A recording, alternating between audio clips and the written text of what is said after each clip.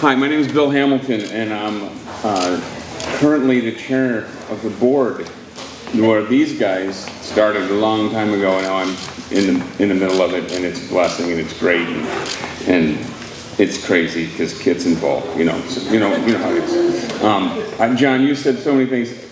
So often we have issues in the board, and we just sometimes go, "What? This is impossible." So, Kit, would you go pray? And then amazing things happen. It blows my mind. I'm set up for the. This is the love part of our words, and so I'm going to tell one story, and then invite some friends up. But love's kind of the DNA of the neighborhood. If you haven't noticed, if you've been around long enough, that's just what we're about. And it's not just words, but it's real action. So love gets spoken around here all the time. And it's honest, and it's real, and it's deep, and it's contagious, and it just is what we are. And it's the kind that really endures. You've heard enough to know that the love factor, which we started on, still keeps permeating through everything that happens around here. So I want to share one example of the love that has endured and been a huge blessing to this mission. And it's about some friends of ours. Excuse me. Back when this land, we've heard enough about it, back when this piece of dirt, this land was obtained, Kit had this big vision, and she'd have everybody come and see and hear her dreams and her visions for this place and what it could become. And many of you probably were some of those people, and it was fun to stand there and look around.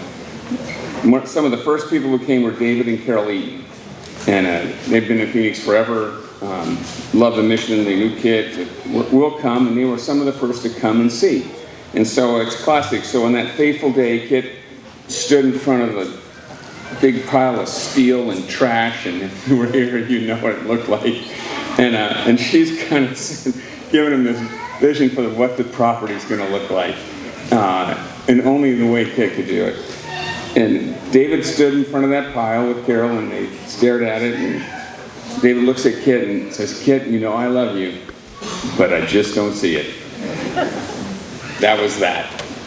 Fast forward 15 years. There they are. The three of them are back together again on the property. This time, they're standing in front of this big steel building. And Kit's back at it, "Hey, can you imagine what this could be?" And she's got the vision and the plan and all that. And it's just a big old weird-looking steel building. This time David looks at Kit, says, "Kit, I can see it." He got fired up, and man, did they get fired up. So consequently, David and Carol, they became the co-chairs of a Seeds of Promise campaign to raise a whole bunch of money. They were the first ones in, gave a great deal of money toward that fund. It got funded, as you know, because it's standing there today, and it's an amazing project. And they started that thing off. And David and Carol have given in so many different ways around here. They've invested so much in this property. It's unbelievable, and in the people. And we are really, really grateful. So I want to give an award. I get to give one. Don't move. David and Carol can't be here, but we're hoping they're watching on Facebook Live. So David and Carol, here you go. Your generosity is a big deal to us. So on behalf of this place, all of us who appreciate you, on behalf of all of us, because it's all of us that you've loved, you guys have loved the mission, and because you love this place, you loved all these people, and we're grateful. So I want to recognize David and Carol. They're recipients of the Miracle and Fillmore Award. This one right here, I'm going to give it to one of their sons who's going to give it to them. And so there it is. We love you very much. And there's about a dozen of people like them, but we're recognizing them. There's a lot of others, but we're grateful for them. Thank you. There's a bunch.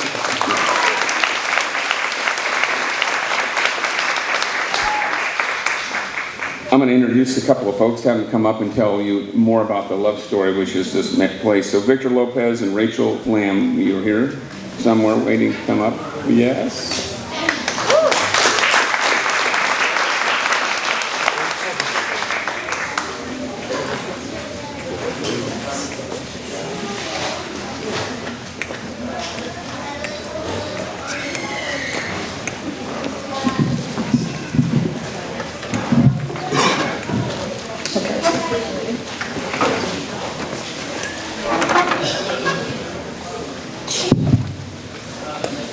Hi, my name is Rachel Lamb. And my name is Victor Lopez.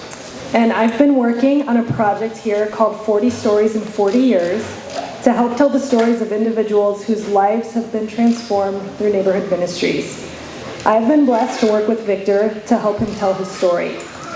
Victor started coming to neighborhood Monday nights when he was 6 years old. From that time forward, he lived both in gang life and the church here at neighborhood for years. Today, we're going to do a reading for you to share some of his story. So, Victor, where was the one day a week you could go and feel safe? That was Neighborhood Ministries when I was 6 years old. So, Victor and his family lived in a gang neighborhood in Phoenix. He had an older brother and two sisters, a very young mother, and a young father who had become an alcoholic and violent. His father had always worked, but Victor and his family grew up in poverty and were surrounded by street gangs. He and his brother John, despite the spaces they were in, found their way to Kit Danley and to Neighborhood Ministries. It was the beginning of Victor learning about a different way to be, a different way to do life, a life that was filled with Jesus' love. Victor was jumped into a street gang at age 12 years old. Victor, will you share a little bit about the two tragedies that happened to you that led you to join a gang? When I was 11, like I said, my father had passed away finally from his alcoholism, so I was fatherless. And then maybe a year and a half later, my brother was murdered into a gang incident, which made me even more lost than anything. But I had one hope, and that was Kit Danley. So by 13, Victor was doing what you do in a gang, stealing cars, carrying guns, fighting rival gangs. He fathered his first child at age 14, was in and out of juvenile detention, and addicted to drugs. In the midst of all this, he still went to Monday nights. He lived 6 days of the week as a gang member and 1 day at church. So Victor, tell me about how Kit treated you when you went to juvie. When I was going in and out of juvie as a kid, I remember the first visit I got from Kit, and I was very surprised that she came. But when she came, she didn't scold me like my mother did. She just welcomed me and just present me with that motherly love, advice, even though she was another woman. But it was like my mother.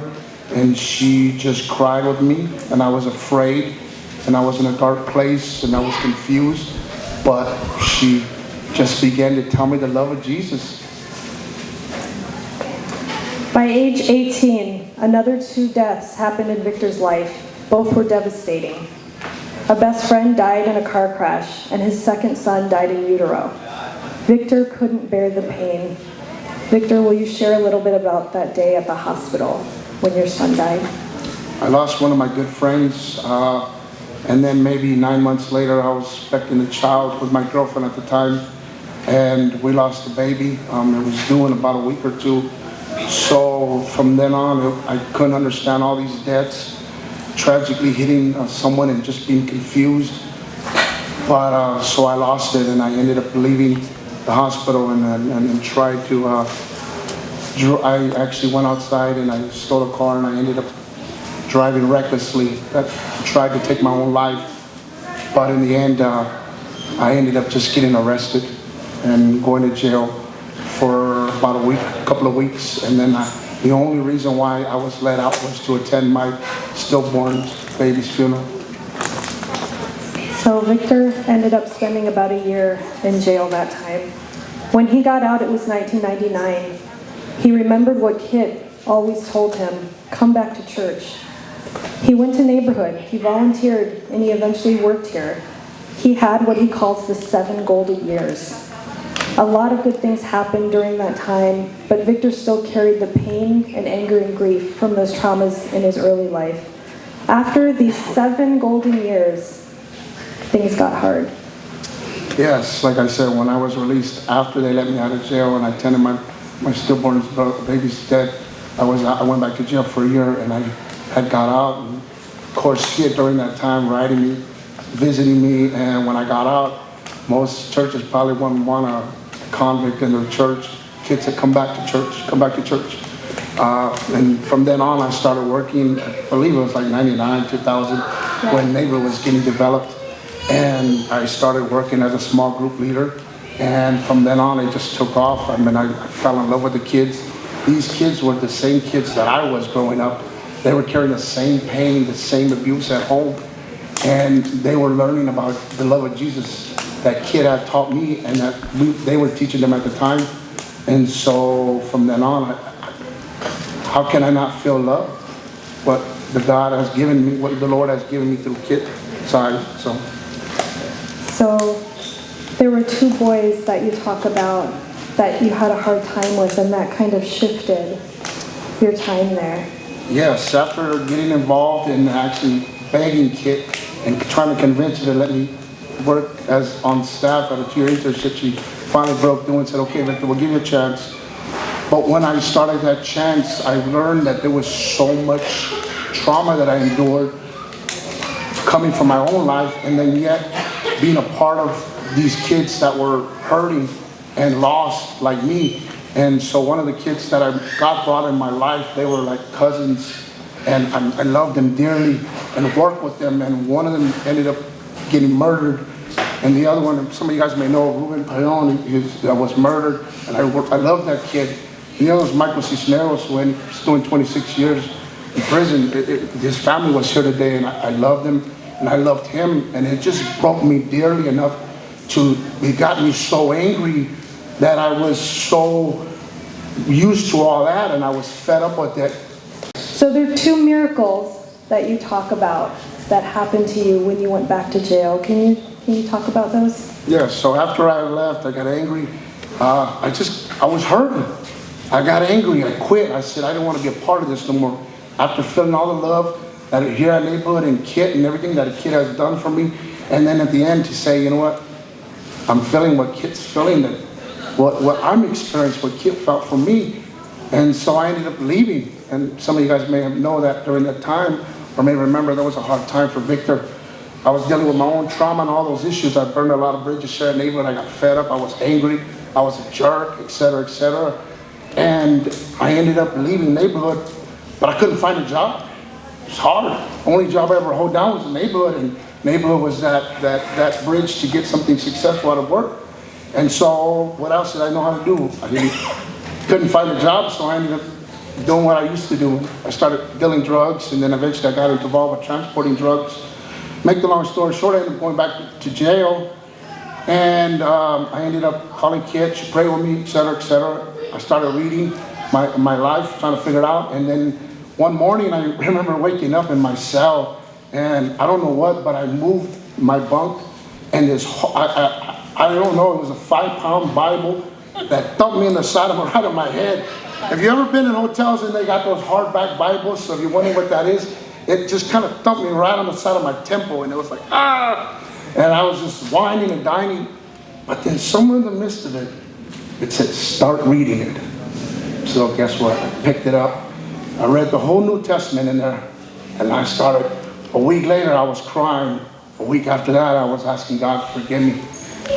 And then I started to believe, and I started reading the grace, love, God's forgiveness, the prodigal son. And from then on, my life just said, God, I'm here, and I don't want this life anymore. And so in jail, there's prison politics, and sometimes things break out. And so segregating in there, so there was a race riot that was going to happen. So the one miracle, the Bible thumped me in the side of my head, start reading. The other one was, there was going to be a riot going on, and I didn't want to be involved with it. And I kept asking God, what do? I don't want to be involved. I just want to do what I got to do and go home. And if I'm not, then just, be with me. And the day of supposedly the riot was going to break out, they yelled, Victor Lopez, go to medic. Medic is when the transaction, everybody goes to medic. So I ended up going to medic. Make a long story short, when I got done from medic, when I came back from medic an hour later, it was all cleared out. The riot broke up and everybody was shipped out, locked down. And here I am, walked back to my church at peace. And that was God saying, I hear you, Victor. But he heard me after all the things that I did before that to get to jail again. So these two things in jail happened. You eventually got out, and then Victor gets to about 29 years old. He spends a few more years with one foot in church, one on the streets. He wasn't doing anything too hard anymore, but he got in trouble occasionally and was drinking. He would circle around with thoughts of, what am I doing? And wonder how he could change. And then a change came in 2015. Victor, will you tell us about CCDA? Yes. 2015, I remember coming back. Still, like I said, once I got out of jail, kids always come back to church. Okay, we'll come back to church. And so I came back to church. Had one foot in the life, one foot in the other, trying to figure out this relationship with God. I didn't realize the relationship with God is for the rest of your life at that moment. And then I get involved. I think Kit and the high school group went out to CCDA. So they're like, hey, Victor, you want to go? And I was out in California. So I was like, okay. So we ended up going to CCDA. And wow, I mean, I met so much amazing leaders out there. And I remember Kit being out there. And so everybody, we got VIP because they all knew Kit. And I met a gentleman who we actually had lunch with. I think Wayne was out there too. And everybody was out that neighborhood. And we had lunch. And this gentleman, I remember he was talking to me and he was just saying how much, you know, he heard about me through Kit and neighborhood. He heard things. And then he just told me that for me to focus on my purpose in life and that focus my dream and that how much Kit loved me and admired me, but for me to take ownership of that dream of myself, for me to own it, not to let anybody else own it, and then things will start to fall into place. And when I heard that, I was like, wow. So he turned around and he gave me a book, and this book was called Run Baby Run by Nicky Cruz. And I remember looking at the cover of this book, and I said, I know that book. I remember seeing this book when I was 13 years old in Juvie Hall, and it was the book of Nicky Cruz. If you know the story of Nicky Cruz, he was this gang leader in New York, and et cetera, et cetera. He came to know Jesus. David Wilkerson brought him to know Christ, et cetera. So he told me about this book, and I was like, wow. I remember trying to read that book. I didn't read so well at 13, but I ended up getting the book, read it, and it changed my life. I got to hear the stories. I got to hear the struggles, the purpose, the lives of what he did, what Jesus has done for him. But wow, one thing that really helped me to understand was that God wasn't done with me. It wasn't done with me. And so here I am tonight. So,